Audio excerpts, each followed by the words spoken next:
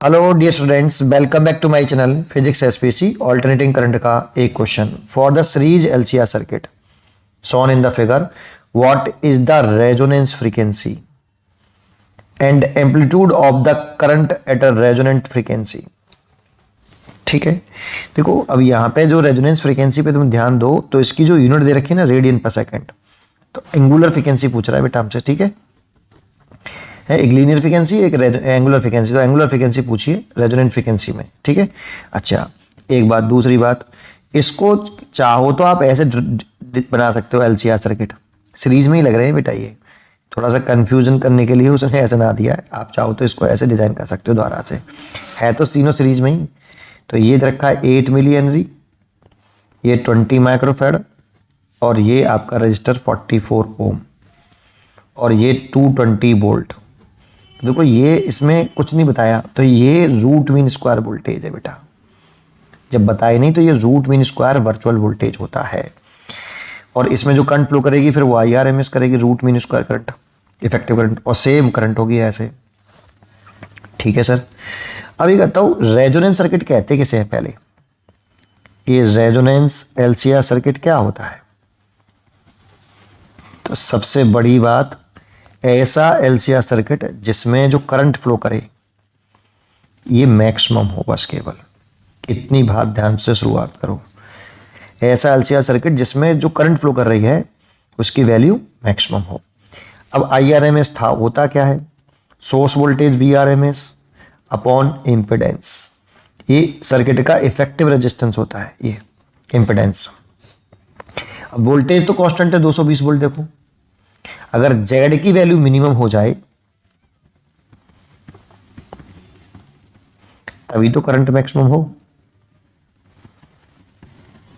अब जेड की वैल्यू क्या होती है बेटा इस सर्किट में, जेड होता है रूट के अंदर आर का square plus XL minus XC का होल स्क्वायर। अब यहां पे तीन केस बना सकते हो, एक्सएल बड़ा एक्सी से, एक्सएल एक्सी के बराबर और एक्सएल एक्सी से छोटा।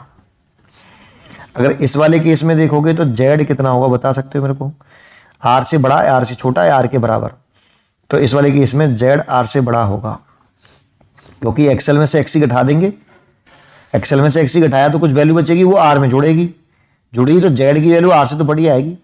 और इस वाले केस में जेड की वैल्यू एक्सएल से एक्सी कटेगा तो जेड की वैल्यू आर आएगी, और इस वाले केस में जेड की वैल्यू इसमें भी जेड आर से बड़ा आएगा। सोचो एक्सी अगर बड़ा है तो एक्सी में से एक्सएल घटाएंगे तो माइनस में वैल्यू आएगी, लेकिन उसका होल स्क्वायर हो रहा है तो स्क्वायर करने पर वो पॉजिटिव आएगा, पॉजिटिव आएगा तो वो आर स्क्वायर में ऐड होगा, और ऐड हुआ तो जेड की वैल्यू आर से बड़ी हो जाएगी। इन तीनों सिचुएशन में सबसे कम जेड किसमें है, तो इस वाले केस में सबसे कम जेड है। देखो तो इस वाले केस में जेड ये मिनिमम है और रेजिस्टेंस के बराबर है, तो यही आपकी दूसरी कंडीशन हो गई रेजोनेंस की, और ये तीसरी कंडीशन हो गई ये वाली एक्सएल बटे एक्सी, है ना। तो ये कंडीशन ऑफ रेजोनेंस होती है, क्योंकि जेड मिनिमम तो करंट मैक्सिमम। तो एक्सएल और एक्सी अगर इस वाले केस में एक कंडीशन ऑफ रेजोनेंस हो गई, इसकी वैल्यू पुट कर दो एल ओमेगा और इसकी वैल्यू 1 अपॉन ओमेगा सी, तो यहां से ओमेगा निकाल लो 1 अपॉन एल सी, तो ओमेगा बराबर 1 अपॉन रूट एल सी। ये किस केस में निकला है बेटा, रेजोनेंस केस में, तो ये रेजोनेंट एंगुलर फ्रीक्वेंसी होती है बेटा, और इसी की वैल्यू हमसे पूछ रहा है इस क्वेश्चन में। इसे ओमेगा की जगह 2 पाई एफ भी लिख सकते हैं और एफ निकाल सकते हैं, लेकिन लीनियर फ्रीक्वेंसी यूनिट होती है आपकी केवल क्या, हर्ट्स, और यहां दे रखी रेडियन पर सेकंड, इसीलिए ये निकालना है हमें। तो कैलकुलेट कर लो, तो ओमेगा रेजोनेंस फ्रीक्वेंसी निकाल लें तो रूट के अंदर एल इंटू सी, तो 1 अपॉन रूट के अंदर एल दे रखा है 8 मिली हेनरी, तो 10 की पावर माइनस के 3, और सी दे रखा है आपका 20 माइक्रोफैराड, 20 इंटू 10 की पावर माइनस के 6। ठीक है, तो ये हो जाएगा, ये 8 का 20 में मल्टीप्लाई करें 160, और ये हो गया 10 की पावर माइनस के 9। इसे और सही करें तो 1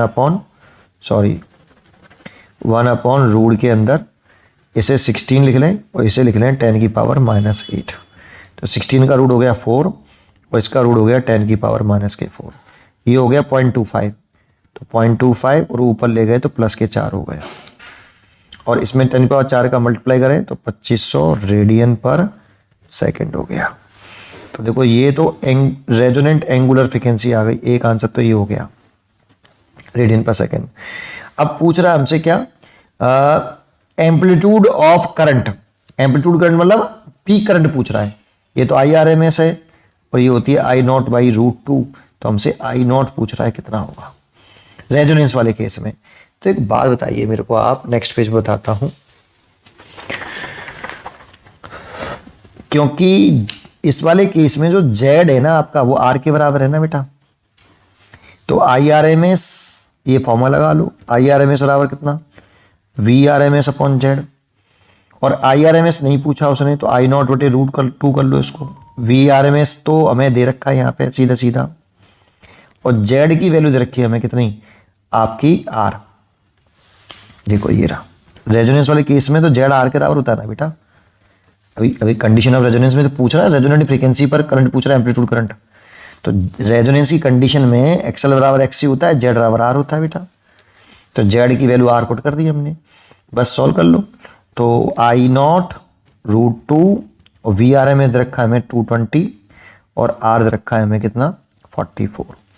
इसका ऐसे मल्टीप्लाई कर लो, I0 = 220 44 × √2। तो देखो 22 से ये कट गया 10 बार और 22 से कट गया ये 2 बार और 2 से कट गया ये 5 बार। तो I0 आया 5√2 एम्पियर। ये लो, ये हो गया पीक करंट। इसीलिए इसका आंसर होना चाहिए आपका A, 250 रेडियन पर सेकेंड एंड 5√2 एम्पियर्स। पढ़ते रहिए और खुश रहिए।